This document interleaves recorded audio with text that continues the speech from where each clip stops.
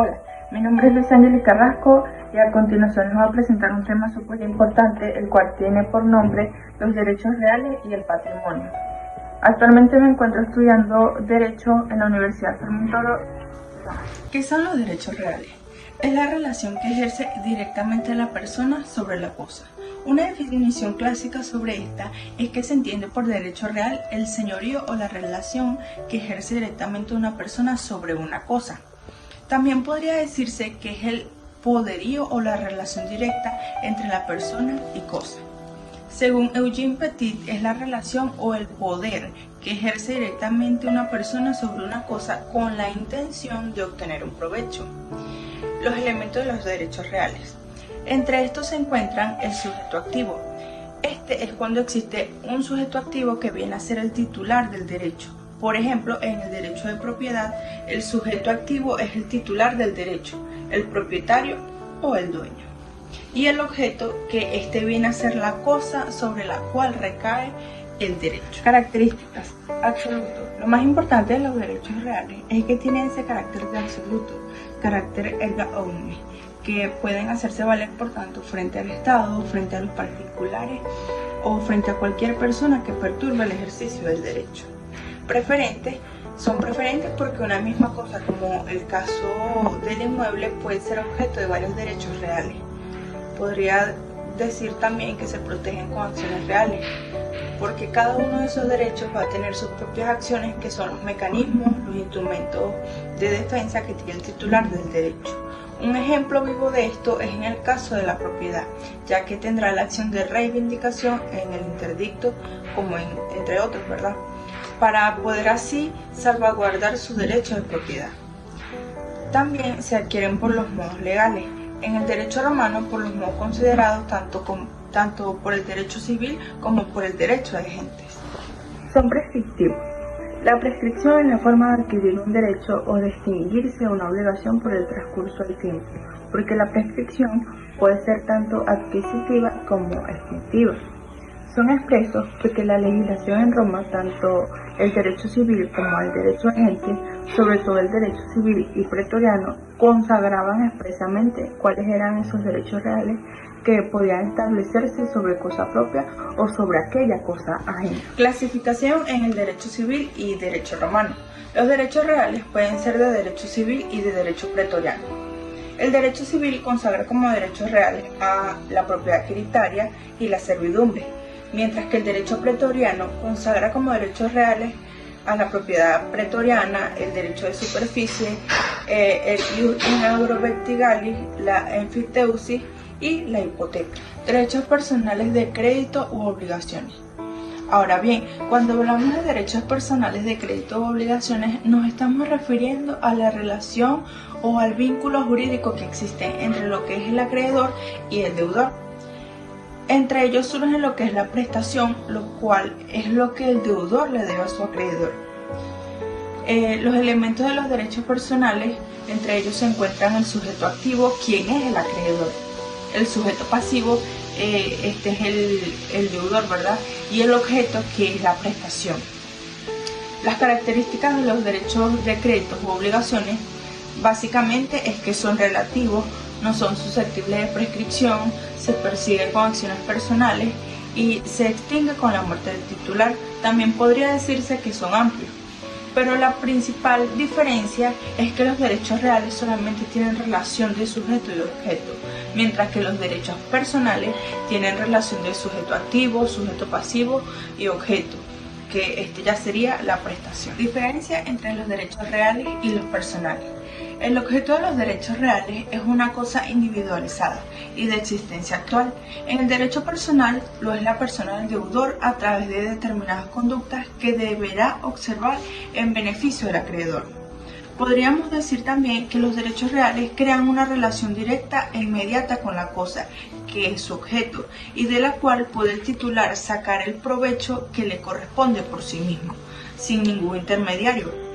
Es decir, que el beneficio es obtenido por el titular directamente de la cosa, sin que medie la actuación de persona alguna.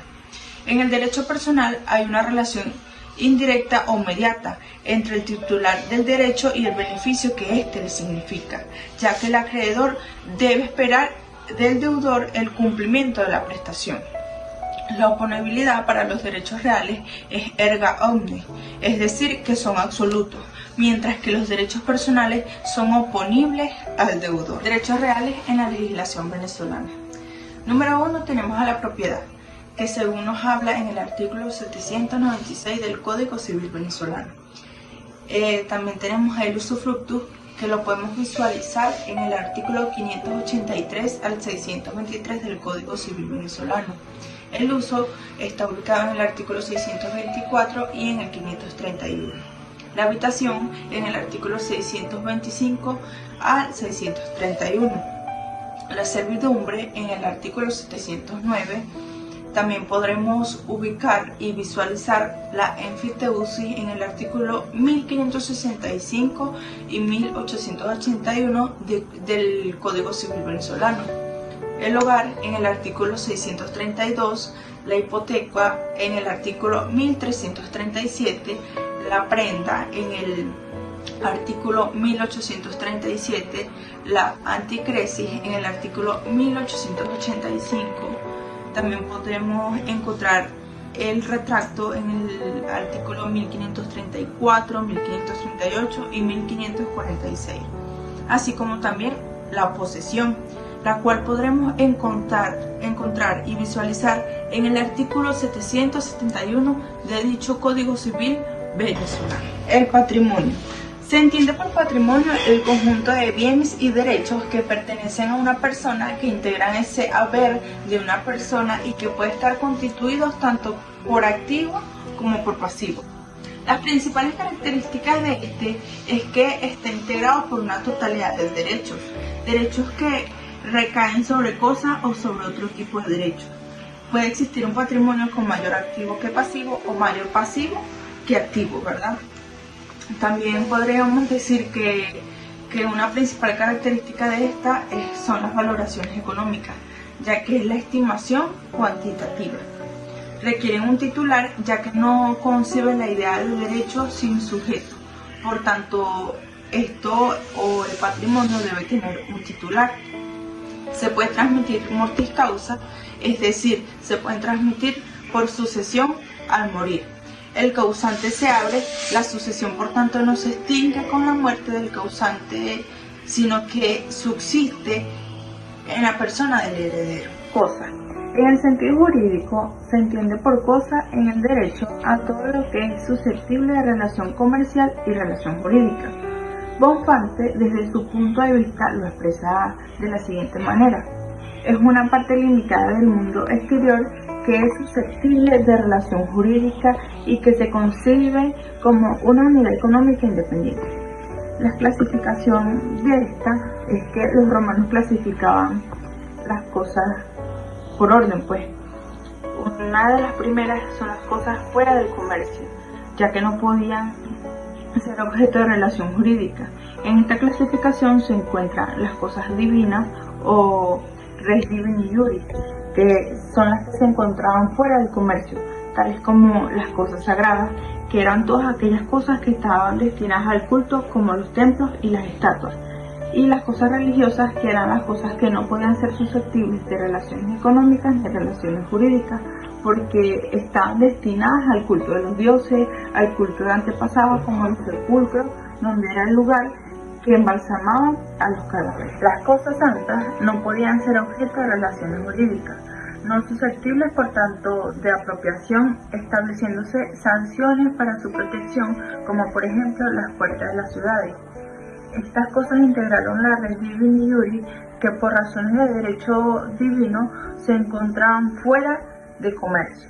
También encontramos la res humani juris, como lo son las cosas comunes, que eran aquellas cosas que son de uso común, que no podían ser propiedad de nadie, como por ejemplo el agua y el aire. También se encuentran las cosas públicas, que eran las cosas por las razones de interés público, no podían ser propiedad de los particulares, como las vías públicas, las plazas, que eran consideradas en aquel tiempo como cosas humanas fuera del comercio. Esto era por cuestiones de uso público, por ejemplo los estadios, teatros y el foro romano. Las cosas res nulli o las cosas res nullius eran las cosas de nadie, que por derecho natural no pertenecían a nadie, como por ejemplo la herencia yacente. Esta herencia era una herencia abandonada porque no existía algún heredero. Cosas que estaban en comercio o incomercio. Estas son las cosas que por su naturaleza pueden ser de objetos de relaciones jurídicas o de relaciones comerciales que constituyen el objeto normal de las obligaciones de los derechos reales y de los demás contratos que celebraban los ciudadanos romanos. Estas se clasifican en res mancipi o res mancipi, es decir, las cosas valiosas y de las cosas menos valiosas.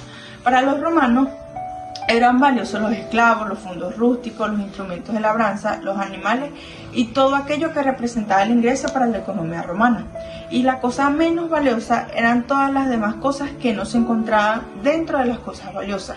Por ejemplo, los granos normales o una entrega de un libro era algo considerado para ellos en principio una cosa menos valiosa. Gracias por su atención.